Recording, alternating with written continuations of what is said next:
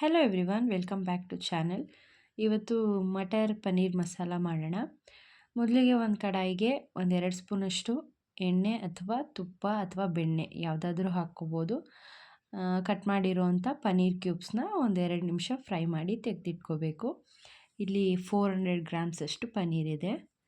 ನಂತರ ಅದೇ ಕಡಾಯಿಗೆ 1 ಸ್ಪೂನಷ್ಟು ಎಣ್ಣೆ, ತುಪ್ಪ ಅಥವಾ ಬೆಣ್ಣೆ ಯಾವುದಾದ್ರೂ ಹಾಕ್ಕೊಂಡು 4 ಒಣಮೆಣಸಿನ್ಕಾಯಿ, 1 ಮೀಡಿಯಮ್ ಸೈಜ್ ಈರುಳ್ಳಿ, ಒಂದು 8ರಿಂದ 10 ಇಲ್ಕು ಬೆಳ್ಳುಳ್ಳಿ, ಒಂದು ಅರ್ಧ ಇಂಚಷ್ಟು ಶುಂಠಿ, 2 ಲವಂಗ, ಅರ್ಧ ಇಂಚಷ್ಟು ಚಕ್ಕೆ, ಒಂದು 1/4 ಚಮಚ ಗಸಗಸೆ, ಒಂದು 2ರಿಂದ 3 ಸಣ್ಣಗೆ ಮೀಡಿಯಮ್ ಸೈಜ್ ಇರುವಂಥ ಟೊಮೆಟೊನ ಸಣ್ಣದಾಗಿ ಹೆಚ್ಚಿ ಸೇರಿಸ್ಕೊಂಡು ಚೆನ್ನಾಗಿ ಮೆತ್ತಗಾಗೋವರೆಗೂ ಫ್ರೈ ಮಾಡಿಕೊಂಡು ತಣ್ಣಗಾದಮೇಲೆ ಒಂದು ಮಿಕ್ಸಿ ಜಾರ್ಗೆ ಹಾಕಿ ಫೈನ್ ಪೇಸ್ಟ್ ಮಾಡ್ಕೋಬೇಕು. ನಂತರ ಒಂದು ಕಡಾಯಿಗೆ 2ರಿಂದ 3 ಚಮಚ ಎಣ್ಣೆ, ಬೆಣ್ಣೆ ಅಥವಾ ತುಪ್ಪ ನಿಮ್ಮ ಇಷ್ಟದ ಪ್ರಕಾರ ಸೇರಿಸ್ಕೊಂಡು 1 ಇಂಚಷ್ಟು ಚಕ್ಕೆ, 2 ಪಲಾವ್ ಎಲೆ ಫ್ಲೇವರಿಗೋಸ್ಕರ, ಒಂದು 1/4 ಚಮಚ ಜೀರಿಗೆ, ನಂತರ 1 ಮೀಡಿಯಮ್ ಸೈಜ್ ಈರುಳ್ಳಿ ಸಣ್ಣದಾಗಿ ಹೆಚ್ಚಿ ಸೇರಿಸ್ಕೊಂಡು ಫ್ರೈ ಮಾಡ್ಕೋಬೇಕು. ಈರುಳ್ಳಿ ಕೆಂಪಗಾದ್ಮೇಲೆ ರುಬ್ಬಿಟ್ಟಿರುವಂಥ ಮಸಾಲಾನ ಹಾಕಿ ಸ್ವಲ್ಪ ನೀರನ್ನು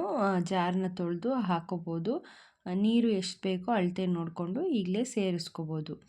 ನಂತರ ಇದಕ್ಕೆ ರುಚಿಗೆ ತಕ್ಕಷ್ಟು ಉಪ್ಪು, ಅಚ್ಕಾರದ ಪುಡಿ, ಧನಿಯಾ ಪುಡಿ. ಅಚ್ಕಾರದ ಪುಡಿ ನೋಡ್ಕೊಂಡು ಸೇರಿಸ್ಕೊಳ್ಳಿ. ನಾವು ಈಗಾಗಲೇ ಒಣಮೆಣಸಿನ್ಕಾಯಿನ ರುಬ್ಬಿರ್ತೀವಲ್ವ, ಖಾರನ ನೋಡಿಕೊಂಡು ಸೇರಿಸ್ಕೋಬೋದು. ಇಷ್ಟನ್ನು ಹಾಕಿ ಒಂದು ಕುದಿ ಕುದಿಸ್ಕೋಬೇಕು. ಅಷ್ಟರಲ್ಲಿ ನೆನೆಸಿರೋವಂಥ ಗೋಡಂಬಿನ ಪೇಸ್ಟ್ ಮಾಡ್ಕೊಳ್ಳೋಣ. ಮೇಯ್ನಾಗಿ ಇದಕ್ಕೆ ಬೇಕಾಗಿರೋ ಮಟರ್ ಅಂದರೆ ಬಟಾಣಿನ ಸೇರಿಸ್ಕೊಂಡು ಫ್ರೈ ಮಾಡಿಟ್ಟಿರುವಂಥ ಪನ್ನೀರ್ ಕೂಡ ಸೇರಿಸ್ಕೊಂಡು ಚೆನ್ನಾಗಿ ಮಿಕ್ಸ್ ಮಾಡ್ಕೋಬೇಕು. ಹಸಿ ಬಟಾಣಿ ಸೇರಿಸ್ಕೊಂಡ್ರೆ ಟೇಸ್ಟ್ ಇನ್ನೂ ಚೆನ್ನಾಗಿರುತ್ತೆ. ಅಥವಾ ಒಣಗಿರೋ ಬಟಾಣಿನ ರಾತ್ರಿ ನೆನೆಸಿಟ್ಟು ಬೆಳಗ್ಗೆ ಒಂದು ವಿಷಲ್ ಕುಕ್ಕರಲ್ಲಿ ತೆಗೆದ್ಬಿಟ್ಟು ಆಮೇಲೆ ಸೇರಿಸ್ಕೋಬೋದು.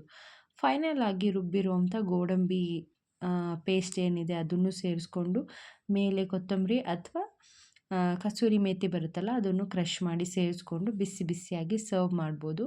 ಇಲ್ಲಿ ಗೋಡಂಬಿ ಪೇಸ್ಟ್ನ ನಾನು ಕ್ರೀಮ್ಗೆ ಬದಲಾಗಿ ಬಳಸಿದ್ದೀನಿ. ನೀವು ಇಲ್ಲಿ ಕ್ರೀಮ್ ಕೂಡ ಫೈನಲ್ ಆಗಿ ಸರ್ವ್ ಮಾಡುವಾಗ ಬಳಸ್ಬೋದು, ತುಂಬ ರುಚಿಯಾಗುತ್ತೆ.